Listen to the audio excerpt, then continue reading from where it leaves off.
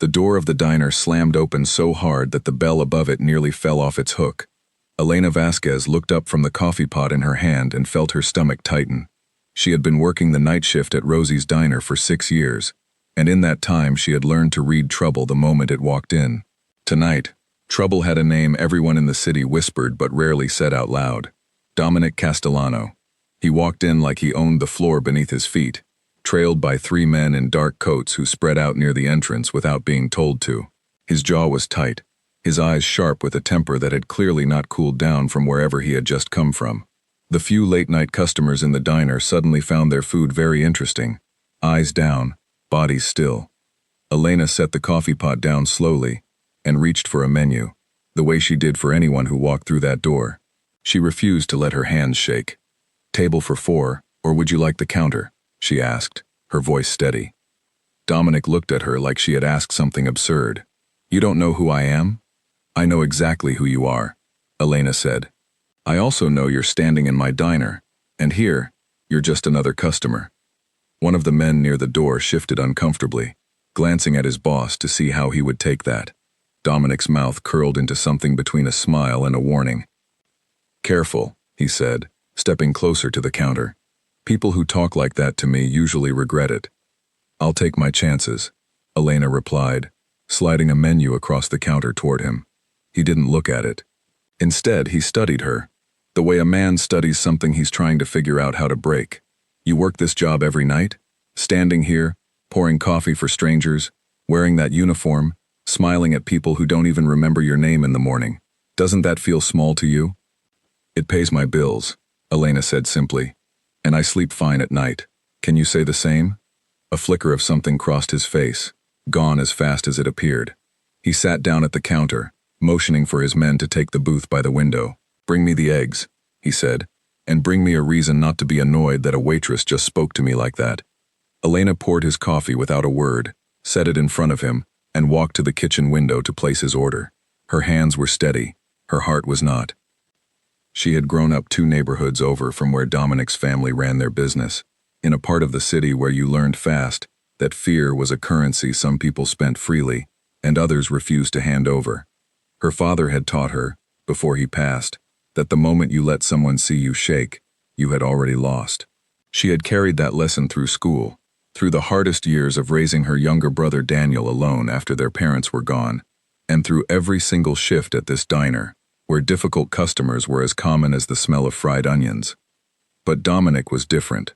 He wasn't difficult, he was dangerous, in the quiet, simmering way that made the whole room feel smaller when he walked in. She brought his food out 10 minutes later, setting the plate down carefully. He looked at it, then at her. "You're not scared of me," he said. It wasn't a question. "Should I be?" "Most people are. Most people haven't spent their whole life being talked down to by men who think a loud voice makes them powerful," Elena said, refilling his coffee without being asked.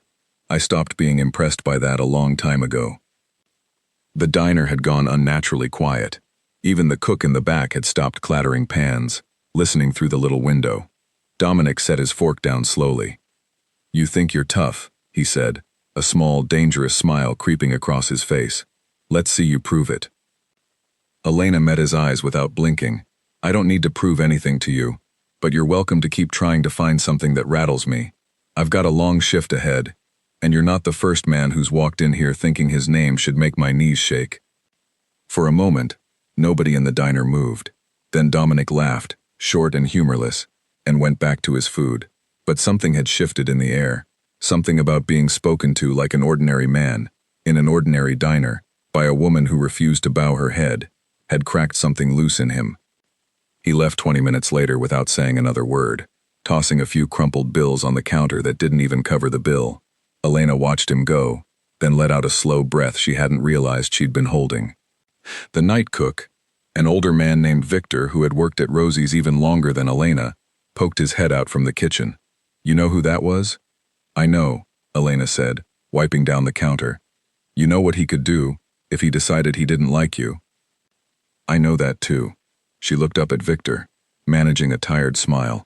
"But I also know that men like him only stay powerful as long as people keep flinching. The day someone stops flinching, they don't know what to do with themselves." Victor shook his head, half amused, half worried. You're either the bravest woman I know, or the most foolish. Maybe both, Elena said, and went back to her tables, already certain in some quiet corner of her mind that this would not be the last time Dominic Castellano walked through that door. She was right. 2 nights later, he came back. This time he came alone, no men trailing behind him, no dramatic entrance. He simply walked in, sat at the same counter seat, and waited for her to notice him. Couldn't stay away? Elena asked, sliding a glass of water toward him. I don't like being spoken to the way you spoke to me, Dominic said. I keep thinking about it. That's not something that usually happens.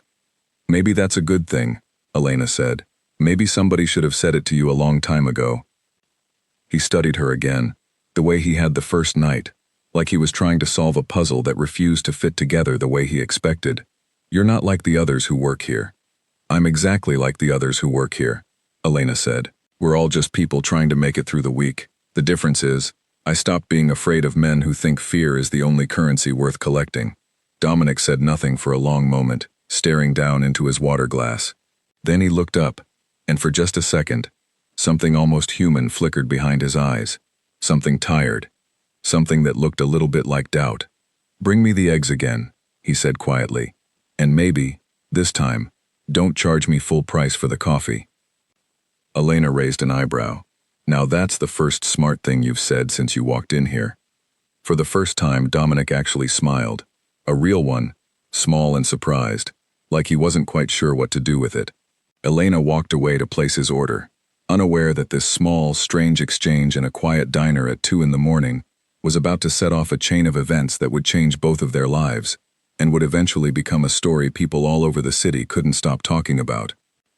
Because what Elena didn't know yet was that Dominic's world was already cracking apart behind the scenes, that the men who worked for him were starting to whisper about his temper, his mistakes, and his growing habit of losing control in public places. And what Dominic didn't know was that the quiet waitress pouring his coffee every other night was far more observant, far more capable, and far more dangerous to his reputation than he could have ever imagined. The diner lights hummed above them. The night stretched on, ordinary on the surface, but underneath, something had already begun to shift, slowly, quietly, the way the biggest changes always do. Over the following weeks, Dominic became a regular fixture at Rosie's diner, though never on a schedule anyone could predict. Some nights he arrived at midnight, sharp and composed, ordering his food with barely a word. Other nights he stumbled in past 3 a.m, his tie loosened, his temper worn thin from whatever business had gone wrong that evening. Elena learned to read the difference within seconds of him walking through the door, the same way she read every other customer who came through those glass doors, carrying more than just hunger. What she didn't expect was how much he talked. Powerful men, she had come to realize, often mistook silence for weakness and noise for strength. Dominic filled silences the way some men filled rooms, with complaints about people who owed him money, mutterings about associates who couldn't be trusted, and occasional bursts of frustration about decisions being made above him, decisions he clearly resented but couldn't openly challenge. Elena never asked questions. She simply refilled his coffee, nodded when it seemed appropriate, and let him talk himself into corners he didn't realize he was building. You ever think about how tiring it is, he said one night, staring into his cup like it held answers, being the one everyone's afraid of, but never being the one anyone actually trusts. Sounds lonely, Elena said, wiping down the counter beside him. It is. He said it so plainly, so without his usual guard, that even he seemed surprised by his own honesty. He cleared his throat and straightened, as if trying to take the words back. Forget I said that. Already forgotten, Elena said, though of course, she remembered every word. It wasn't that Elena had any grand plan to use what she heard. In the beginning, she simply listened the way she listened to every customer, because listening was part of the job, and because a woman who had grown up watching her neighborhood chewed apart by men, exactly like Dominic, knew better than to underestimate how useful information could become, even if she never intended to use it for anything more than protecting herself and the people she loved. But as the weeks went on, the pattern of his visits began to reveal something else entirely. Dominic wasn't just a man blowing off steam after a long night. He was a man coming undone in slow motion, and everyone around him, except perhaps himself, seemed to notice. His men, the same 3 who had trailed him on that very first night, started coming in less and less.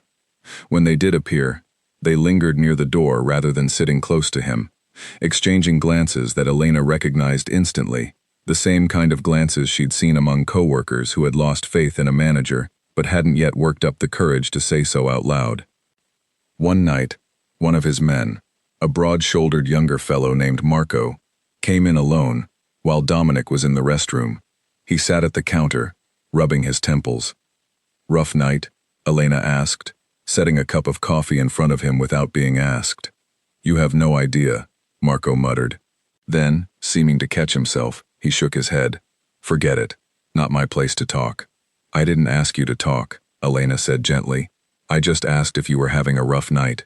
Marco glanced toward the restroom door, then back at her, lowering his voice. "He's not the man he used to be. People are starting to notice. It's not good, for him or for anyone standing too close when things go wrong." Before Elena could respond, Dominic returned, and Marco straightened immediately, his easy posture replaced by careful stillness.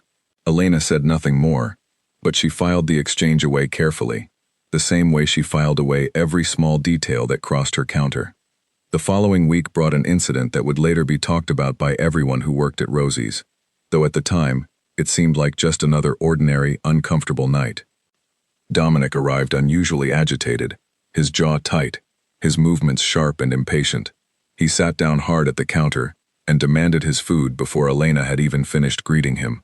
When his eggs arrived 2 minutes later than usual, because the kitchen was backed up, he shoved the plate aside without eating a bite.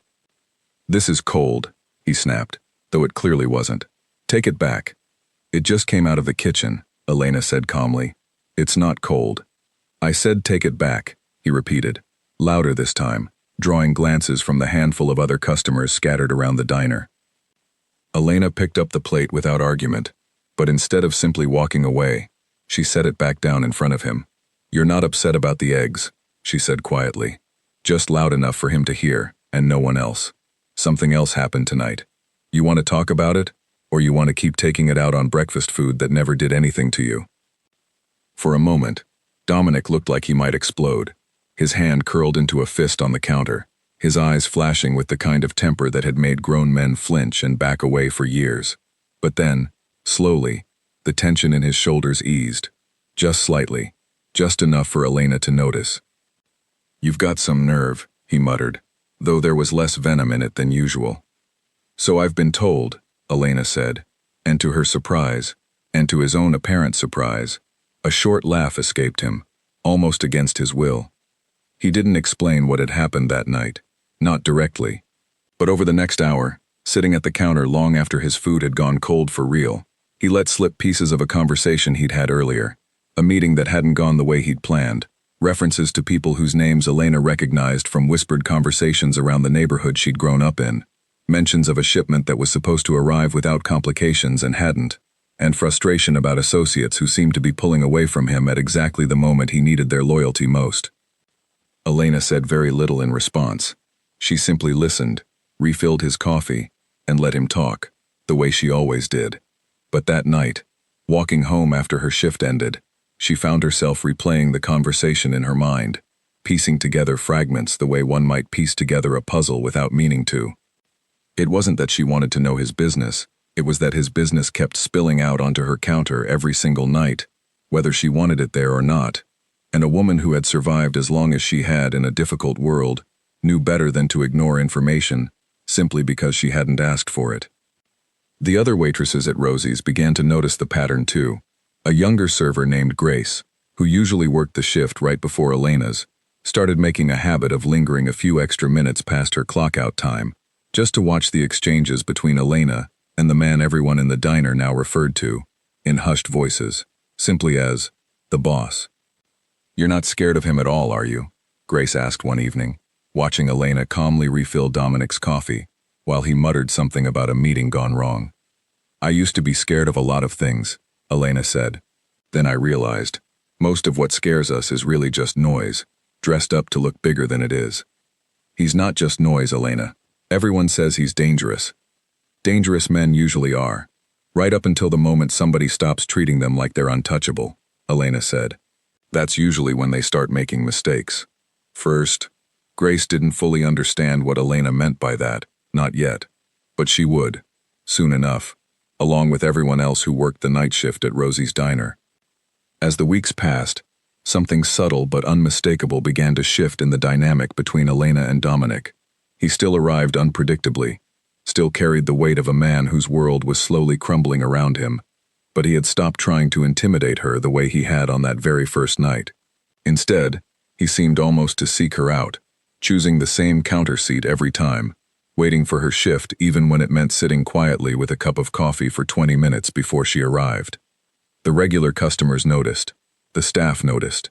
Even Victor, the old cook who had seen every kind of customer walk through those doors over the decades, began commenting on it during slow moments in the kitchen.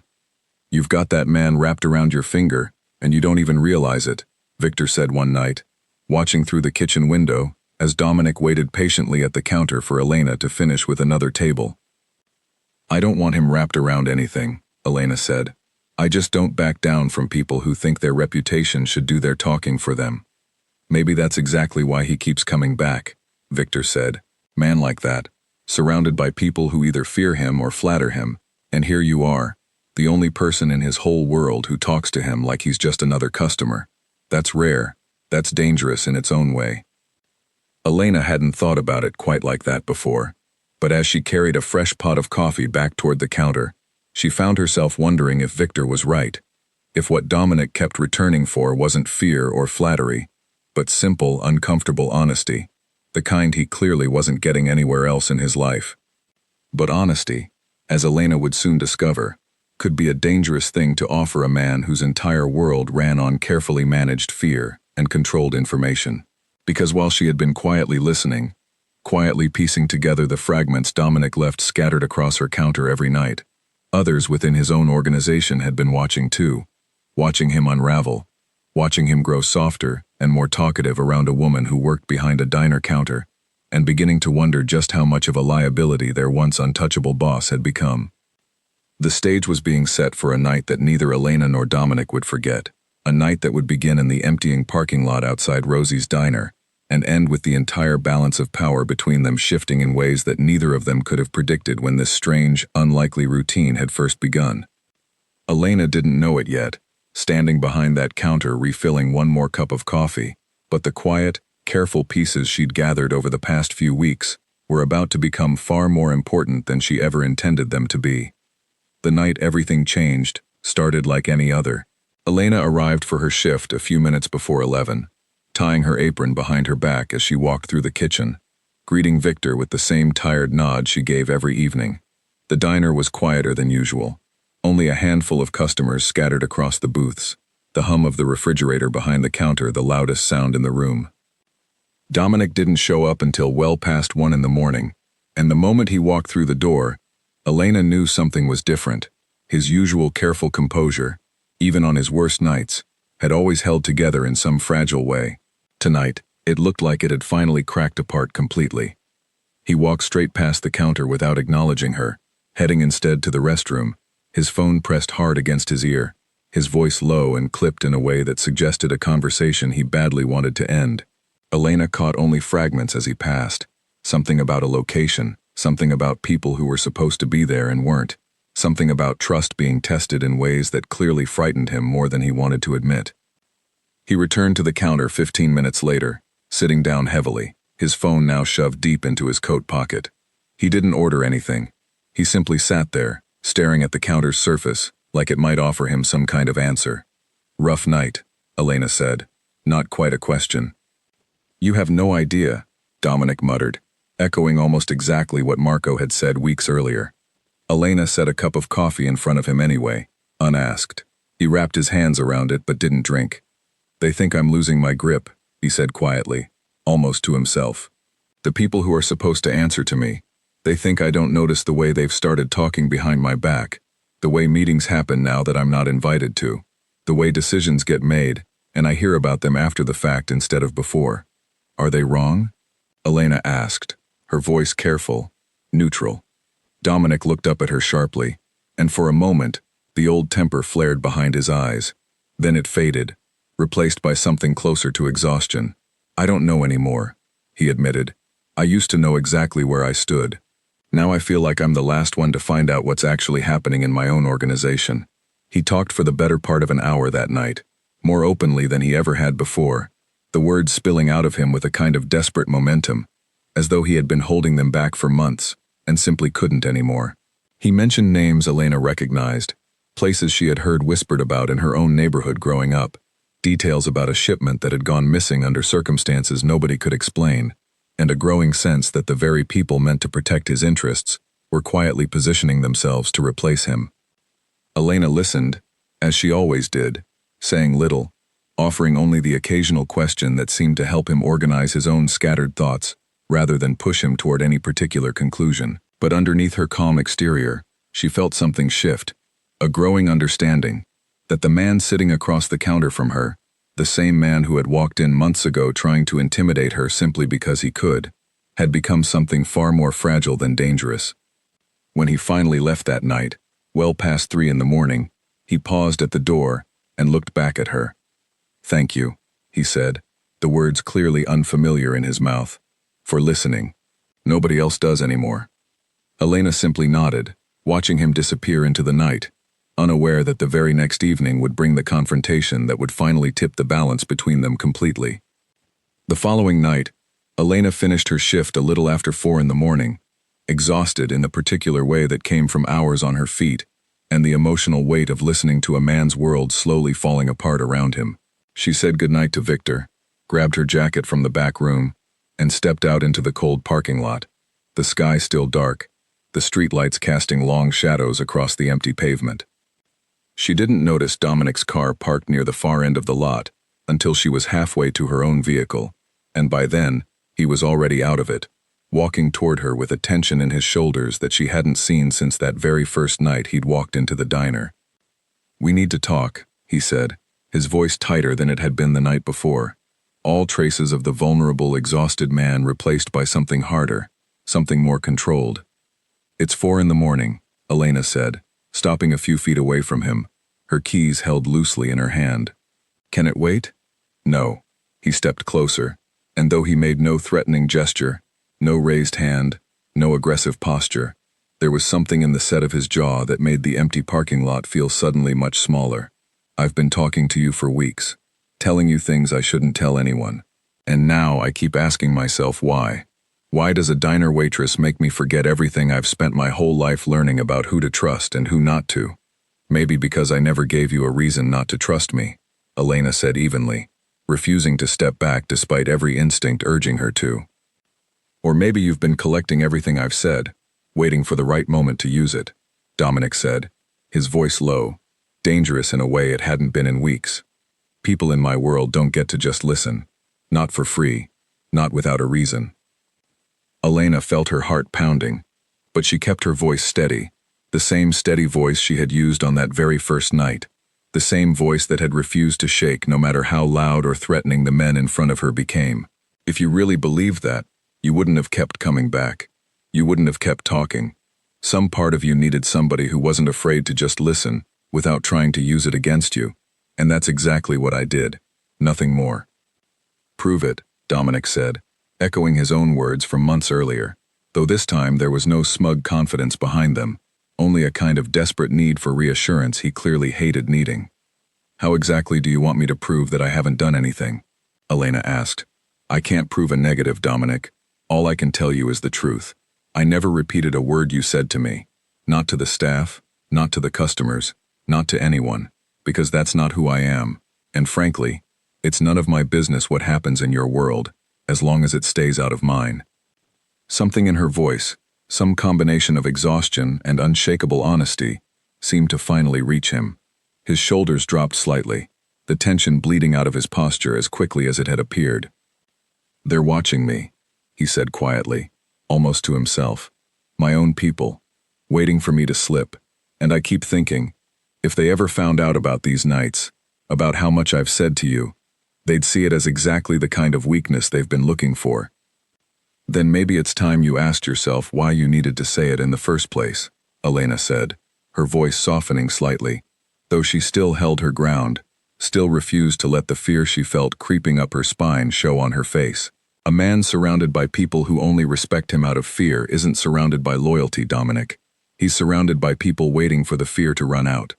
The parking lot fell into silence, the distant hum of a passing car the only sound breaking the stillness between them. Dominic stared at her for a long moment, something unreadable passing behind his eyes. And then, unexpectedly, he laughed, short and humorless, shaking his head. "You know," he said, "in 6 months of coming into that diner, you're the only person who's ever actually told me the truth, without expecting something in return." "That's probably the saddest thing you've said to me since we met," Elena replied honestly. He didn't respond to that, not directly. Instead, he turned and looked back toward the diner, its lights still glowing warmly against the dark morning sky. "I came here tonight because I convinced myself you were a threat," he admitted. "Now I'm standing here, realizing you might be the only person who isn't. That should tell you something about the people around you," Elena said gently, "not about me." Dominic nodded slowly, and for the first time since Elena had met him, he looked genuinely uncertain, a man standing at some kind of crossroads he hadn't expected to reach in an empty diner parking lot at 4 in the morning. "What happens now?" he asked, and the question felt bigger than the words themselves suggested, as though he were asking not just about this moment, but about everything waiting for him beyond it. "Now you go figure out what you're going to do about the people who are actually working against you," Elena said. "Because it's not me, Dominic. It never was. And the longer you waste time worrying about a waitress who never asked to be part of your world, the more time you're giving the people who actually do want to see you fall." He studied her for a long moment, and then, slowly, he extended a hand toward her, an oddly formal gesture given everything that had just passed between them. "Thank you," he said again, the same unfamiliar words from the night before, "for not lying to me, even when it would have been easier." Elena shook his hand briefly, her grip firm despite the exhaustion pulling at every part of her body. "Get some sleep, Dominic, and figure out who your real enemies are before it's too late." She watched him walk back to his car, his posture different than it had been when he first approached her, less rigid, less controlled, more like a man who had just been forced to confront something about himself he'd spent years avoiding. As his taillights disappeared down the street, Elena finally let out the breath she'd been holding since she first noticed him standing in that parking lot, her hands trembling now that there was no one left to see them shake. She had no way of knowing, as she finally climbed into her own car and drove home through the empty morning streets, that the confrontation in that parking lot had already begun to ripple outward in ways far beyond anything she could have imagined, reaching into rooms and conversations she would never be part of, setting in motion a chain of events that would soon make her name, and the story of the waitress who refused to be intimidated by a mafia boss, known throughout every corner of the city she called home. Word travels fast in certain circles, faster than most people realize, and within days, the story of what had happened outside Rosie's diner had begun making its way through the very organization Dominic had spent years building his authority within. Nobody knew exactly how it started. Perhaps one of his men had seen him arrive late, visibly shaken, the morning after the parking lot conversation. Perhaps someone had simply noticed the pattern of his visits to the diner and drawn their own conclusions. However it began, the story spread the way stories always do among people who thrive on gossip and perceived weakness, growing a little stranger and a little more exaggerated with every retelling. By the time it reached Marco, the young man who had once sat quietly at Elena's counter admitting how worried he was about his boss, the story had transformed into something almost unrecognizable. Some versions claimed Dominic had been reduced to tears in that parking lot. Others suggested the waitress had threatened him with information so damaging he had no choice but to beg for her silence. The truth, as it so often does in these situations, mattered far less than the narrative that took hold. What remained consistent across every version of the story, however, was the central, undeniable fact that could not be exaggerated away, no matter how the details shifted. A waitress, an ordinary woman working an ordinary job at an ordinary diner, had stood her ground against Dominic Castellano and had not backed down. For a man whose entire reputation depended on an aura of untouchable authority, this was a wound far deeper than any physical confrontation could have caused. The first sign that the story had truly taken hold came during a routine meeting Dominic held with several of his closest associates, Men who had worked alongside him for years, and whose loyalty he had, until recently, never had reason to question. The meeting was meant to address logistics, routine business matters that required his attention and approval. Instead, it began with an uncomfortable silence that stretched a beat too long after he walked into the room. "Something funny?" Dominic asked, noticing the way two of the men exchanged a glance before quickly composing themselves. "No, nothing," one of them said, though the corner of his mouth betrayed him, twitching with the effort of suppressing a smile. Dominic let it go, chalking it up to nerves or exhaustion among his men, the same exhaustion he himself had been feeling for months. But as the meeting progressed, the strange undercurrent continued, small comments that seemed to carry hidden meaning, references to diners and coffee that made no obvious sense within the context of their conversation, but drew quiet, knowing looks among the men gathered around the table. It wasn't until the meeting ended and he overheard two of his associates talking in the hallway outside, their voices lowered but not lowered enough, that the full weight of what had happened finally hit him. "You hear about the diner thing?" one voice said, barely containing laughter. "The boss getting told off by some waitress, practically begged her not to say anything." "I heard she made him apologize," the other voice replied, equally amused. "Can you imagine? The great Dominic Castellano, apologizing to a woman pouring coffee at 3 a.m. Dominic stood frozen just around the corner, listening to his own men laugh about him, about a moment he had believed was private, a moment of honesty he had shared with someone he had come to trust, in a strange, unexpected way. The humiliation burned through him in a way that no physical confrontation ever could have, because this wasn't about strength or violence or fear. This was about respect, the one currency he had built his entire life around protecting, and it was slipping away from him in whispered jokes exchanged in hallways behind his back. He confronted the two men immediately, his voice sharp with barely controlled fury, demanding to know where they had heard such nonsense, insisting there was no truth to any of it. But the damage, he quickly realized, had already been done. His anger, rather than silencing the rumors, only seemed to confirm them, giving the story even more weight than it might have carried if he had simply laughed it off and moved on.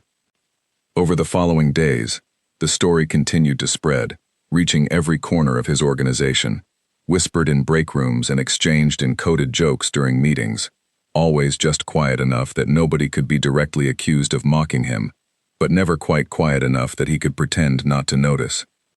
The worst moment came nearly 2 weeks later, during a larger gathering of family leaders from across the city, a meeting Dominic had attended dozens of times over the years, always as a man respected for his sharp instincts and controlled temper.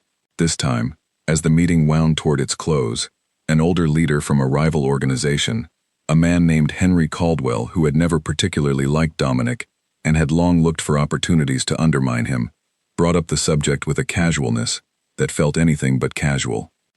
"Heard an interesting story recently," Henry said, addressing the room but looking directly at Dominic. "About a certain diner not too far from here, about a waitress who apparently isn't afraid of much of anything, including certain reputations that used to mean something in this city." A ripple of quiet laughter moved through the room, some of it restrained, some of it not restrained at all. Dominic felt his face flush with a mixture of fury and something far more painful, a deep, gnawing embarrassment that settled into his chest and refused to leave. "I don't know what you've heard," Dominic said, forcing his voice to remain level despite the storm building inside him, "but I'd be careful repeating rumors you can't confirm." "Oh, I've confirmed plenty," Henry said, leaning back in his chair with the satisfied air of a man who knew he had already won this particular exchange. "Seems like half the neighborhood's talking about it. The great Dominic Castellano, standing in a parking lot at 4 a.m, practically pleading with a waitress not to expose him. Times must be changing." The room fell into an uncomfortable silence, the kind that carries far more weight than any laughter could have. Dominic looked around the table, meeting the eyes of men he had once commanded respect from without effort, and saw, in nearly every face, the same thing, a flicker of amusement barely concealed beneath practiced neutrality. He tried to salvage what remained of the meeting, tried to steer the conversation back toward business, back toward the matters that had originally brought them together, but the damage had already spread too far, too deep, to be undone by simply changing the subject. In the days that followed, The consequences began to show themselves in ways far more concrete than whispered jokes and knowing glances.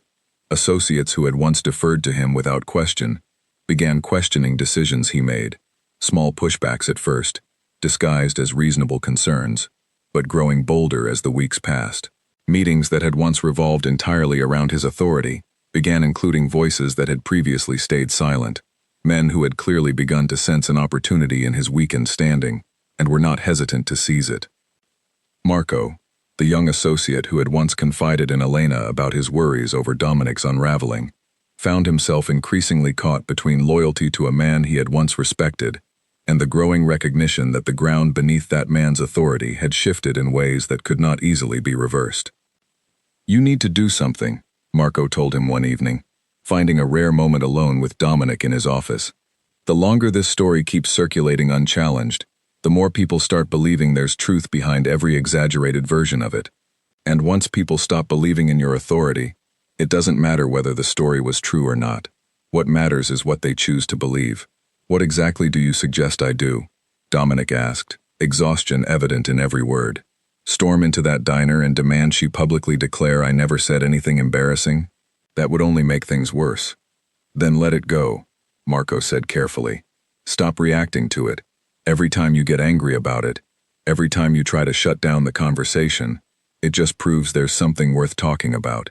If you act like it never mattered in the first place, eventually people will find something else to talk about." Dominic knew, on some level, that Marco was right, but knowing something and being able to act on it, especially when pride and years of carefully cultivated fear were at stake, proved to be two very different things. He found himself unable to simply let it go, unable to stop the small, involuntary flashes of anger that surfaced whenever he caught even the faintest hint of a smirk directed his way. Meanwhile, back at Rosie's diner, Elena remained entirely unaware of the storm unfolding within Dominic's world. She continued her shifts as she always had, pouring coffee, taking orders, chatting quietly with regulars, completely unaware that her name had become something of a legend whispered through circles she had never known existed, circles far removed from the quiet, ordinary life she had built for herself and her brother.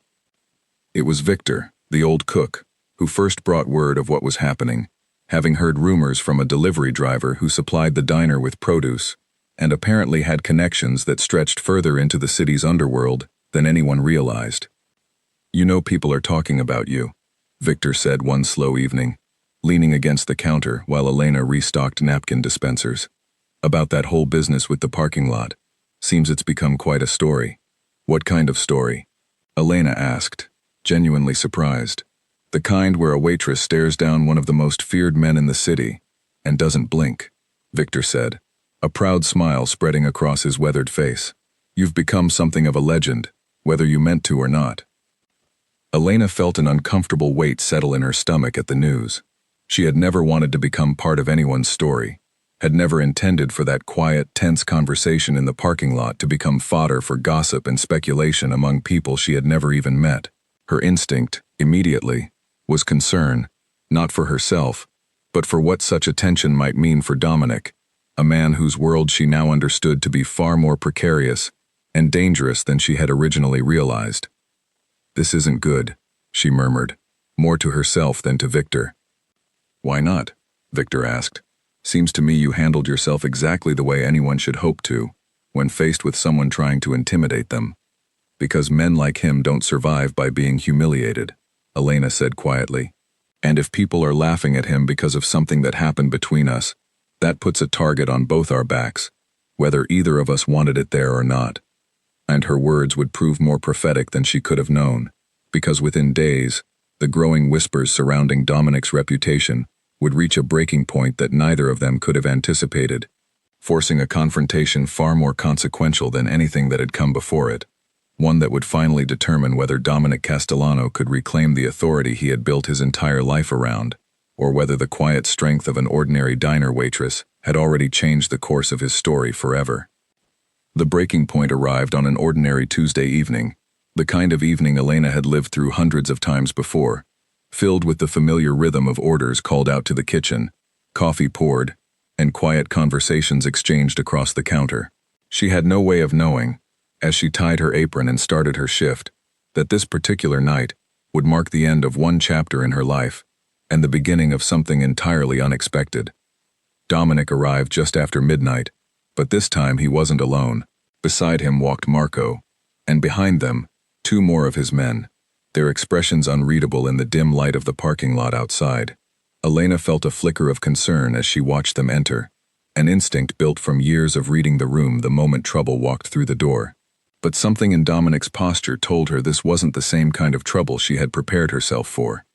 He walked directly to the counter, and for the first time since she had known him, he looked almost nervous, his usual controlled composure replaced by something far more uncertain. "I need to say something," he said, and the diner, though not entirely empty, seemed to hold its breath along with him. "Go ahead," Elena said, setting down the coffee pot, giving him her full attention. "The story about what happened between us, it's gotten out of hand," Dominic said, choosing his words carefully. "People are saying things that aren't true, making it into something it wasn't, and for weeks, I let my pride convince me that the right response was anger, that the right response was proving to everyone that nothing had actually changed. But that was wrong." Elena said nothing, waiting, watching the man in front of her struggle visibly with words that clearly did not come easily to him. "You told me something in that parking lot that I haven't been able to stop thinking about," he continued. "You said a man surrounded by people who respect him out of fear isn't surrounded by loyalty. He's surrounded by people waiting for the fear to run out. I spent weeks angry about that, angry about the humiliation of people laughing behind my back, angry about losing something I thought defined who I was. But the truth is, you were right. And the people who are laughing now, they're not laughing because I was humiliated by you. They're laughing because for the first time in years, somebody showed them that I was just a man, the same as anyone else, capable of being wrong, capable of needing an honest conversation instead of blind obedience." The diner remained quiet, a few late-night customers watching the exchange with poorly concealed curiosity, though none dared interrupt. "So what happens now?" Elena asked, echoing the same question Dominic had asked her in that parking lot weeks earlier. "Now I stop trying to control every version of the story," Dominic said, "and I start focusing on actually being the kind of leader who earns respect instead of demanding it. Marco's been telling me that for months. I just wasn't ready to hear it until now." Marco, standing quietly behind him, offered Elena a small, grateful nod. Dominic reached into his coat pocket and pulled out an envelope, setting it on the counter in front of her. "This isn't a bribe, and it isn't an apology dressed up as money," he said, before she could protest. "It's payment, fair payment, for every night you served me without complaint. Even when I gave you every reason to throw me out of this diner. You earned it." Elena looked at the envelope, then back up at him, her expression carefully neutral. "I don't need it," she said. "I never did what I did, expecting anything in return." "I know," Dominic said. "That's exactly why you deserve it."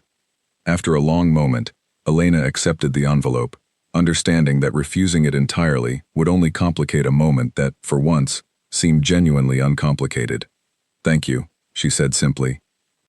Dominic nodded, and for a moment, something almost like peace settled over the space between them, an unspoken acknowledgement that whatever strange, tense relationship had developed between a diner waitress and a man the whole city feared, had somehow, against every expectation, resolved itself without anyone needing to raise their voice or resort to threats. "I won't be coming back here as often," Dominic said, glancing briefly around the diner.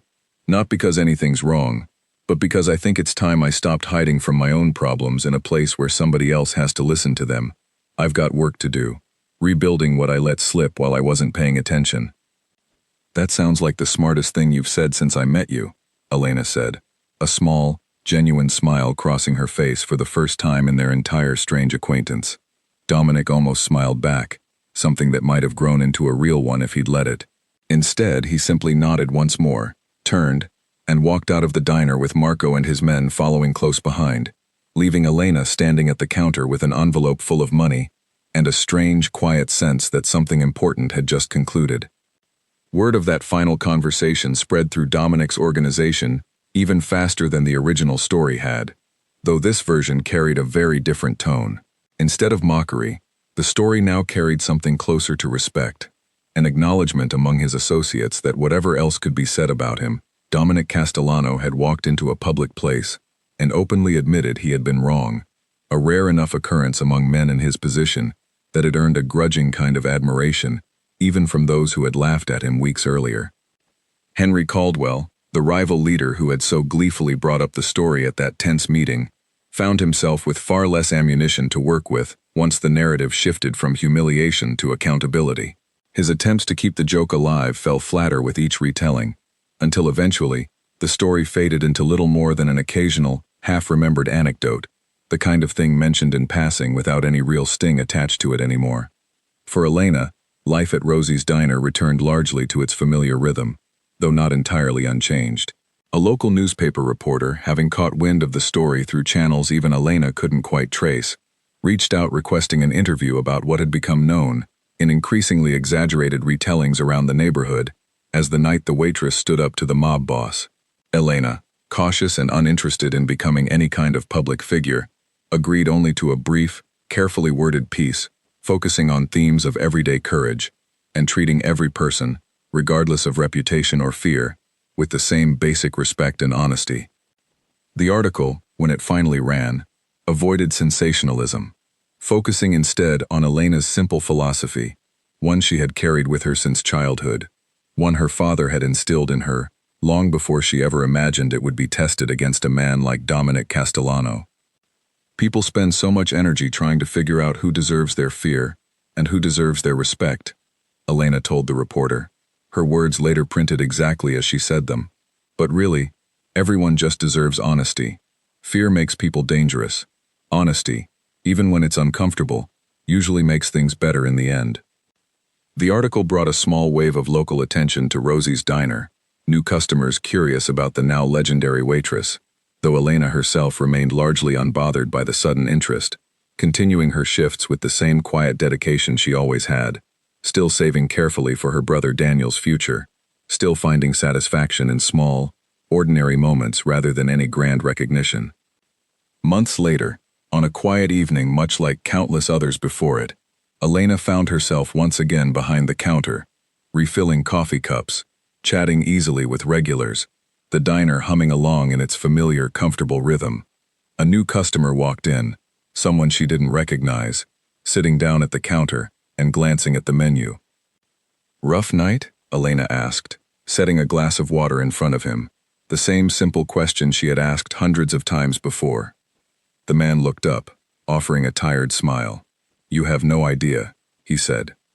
Elena smiled back, pouring him a fresh cup of coffee without being asked, ready, as always, simply to listen. Somewhere across the city, in an office far removed from the quiet warmth of Rosie's Diner, Dominic Castellano sat reviewing reports with a level of patience and consideration his associates had rarely witnessed before, occasionally pausing to ask questions rather than issue commands. Slowly, deliberately, rebuilding not the fear he had once relied upon, but something far more durable, a foundation of genuine respect, earned one honest decision at a time. He never forgot the lesson learned across a quiet diner counter, delivered not through threats or violence, but through simple, unwavering honesty from a woman who had never once been impressed by his reputation, and who, without ever intending to, had taught one of the most feared men in the city that true strength had very little to do with how loudly you could make others tremble, and everything to do with how honestly you were willing to face yourself. And in a small diner on a quiet street corner, the coffee kept brewing, the late-night regulars kept coming, and Elena Vasquez kept doing exactly what she had always done, treating every person who walked through that door, whether powerful or powerless, feared or forgotten, with the same steady, unshakable respect that had, in the end, changed far more than either of them ever expected it to.